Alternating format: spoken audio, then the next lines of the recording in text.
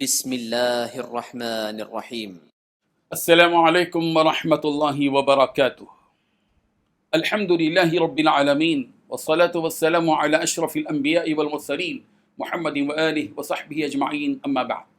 حاضرین و ناظرین، یہ درس نمبر 1319 ہے اور آج سورۃ الانبیاء کی صرف 2 آیتوں کی تلاوت اور تشریح کی جائے گی، آیت نمبر 111 اور 112۔ چلیے سب سے پہلے ان 2 آیتوں کی ہم تلاوت کرتے ہیں، لفظی ترجمے اور ترجمے کے بعد تشریح کرتے ہیں۔ اعوذ باللہ من الشیطان الرجیم، بسم اللہ الرحمن الرحیم۔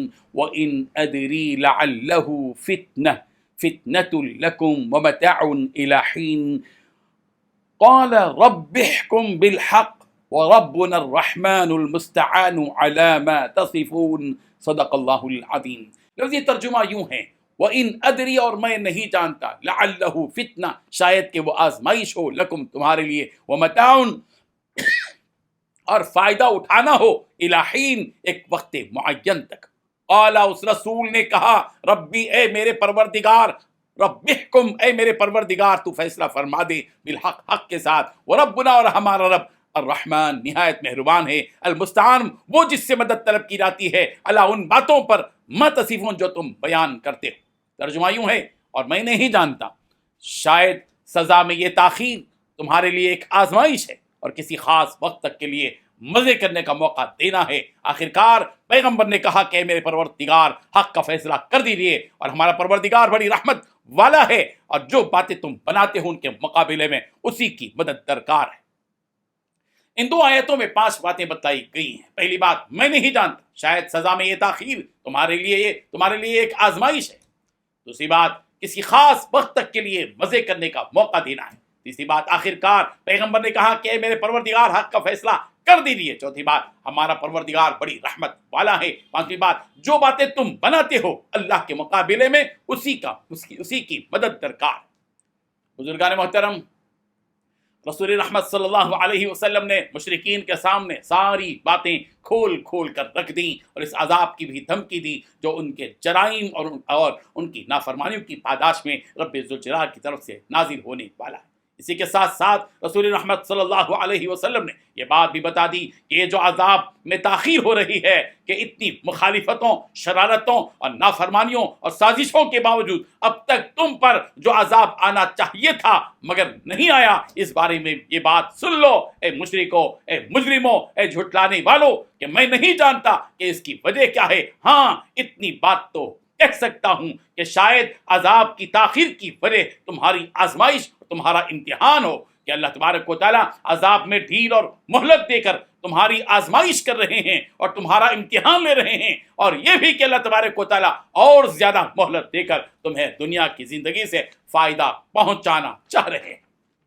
اس لیے کہ اگر تمہیں مزید موقع دیا جاتا رہے گا اور دنیا کی زندگی کے اسباب اور وسائل تمہارے بڑھاتے رہیں گے، تو تمہاری شرارتیں اور تمہاری نافرمانیاں اور تمہارا کفر اور تمہارا شرک برابر بڑھتا چلا جائے گا۔ اس طرح تم پر مزید عذاب اور سزا کی راہیں ہموار ہوں گی۔ اس لیے اے مشرکو، جانتے بوجھتے تم اپنی جانوں پر ظلم مت کرو اور اپنے اوپر عذاب کو لازم کرنے کی تیاری مت کرو۔ یہ سمجھداروں کا کام نہیں کہ غفلت پر غفلت بڑھتی جائے۔ زندگی کے یہ اسباب اور عیش و آرام کے یہ وسائل تمہارے لیے فتنہ اور آزمائش کا ذریعہ بھی بن سکتے ہیں۔ رسول رحمت صلی اللہ علیہ وسلم نے رب ذوالجلال کی جانب متوجہ ہو کر فرمایا، قال، کہا پیغمبر نے، رب احکم بالحق وربنا الرحمن المستعان علی ما تصفون، اے میرے پروردگار، حق کے ساتھ فیصلہ کر دیجئے، اور ہمارا رب رحمان ہے جس سے ان باتوں کے مقابلے میں مدد چاہی جاتی ہے جو تم لوگ بیان کرتے ہو۔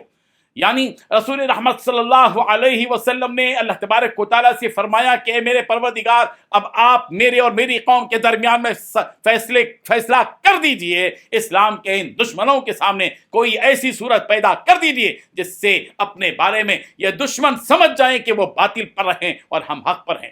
ظاہر ہے کہ رب ذوالجلال ہی یہ قدرت و طاقت رکھتے ہیں کہ حق پر قائم نبی اور باطل پر قائم قوم کے درمیان میں حق و انصاف کے ساتھ فیصلہ کر دیں، اس لیے کہ اللہ تبارک و تعالیٰ ہی حق ہیں، اور اللہ تعالیٰ کے وعدے اور وعیدے بھی حق ہیں، اور اللہ تبارک و تعالیٰ کے فیصلے بھی حق ہیں، اور اللہ تعالیٰ حق ہی کو پسند فرماتے ہیں۔ اور انبیاء کرام نے ایسے مواقع پر جبکہ ان کی قوموں نے مخالفت کی اور مخالفت کا بازار گرم رکھا تو یہی کہا تھا ربنا افتح بیننا وبین قومنا بالحق وانت خیر الفاتحین، اے ہمارے پروردگار، ہمارے اور ہماری قوم کے درمیان میں فیصلہ کر دیجئے اور آپ بہترین فیصلہ کرنے والے ہیں۔ سورۃ الاعراف آیت نمبر 89۔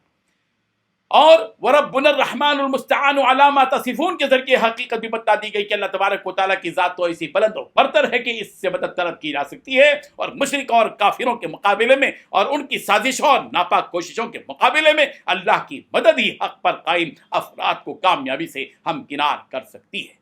آج بھی اگر اسلام کے خلاف اور مسلمانوں کے خلاف تدبیریں ہوتی ہیں تو مسلمانوں کو اللہ کی طرف رجوع ہونا چاہیے، پروردگار سے دعا کرنا چاہیے اور اس کی مدد طلب کرنی چاہیے، اس لیے کہ ہم وہ قوم ہیں جو اللہ پر ایمان رکھنے والے ہیں، اور ہمارا بھروسہ جس پروردگار پر ہے وہ حی لا یموت ہے، وہ زندہ ہے، وہ مرنے والا نہیں ہے، وہ قادر مطلق اور مختار کل ہے۔ ہم اسی سے مانگیں گے اور مدد مانگیں گے۔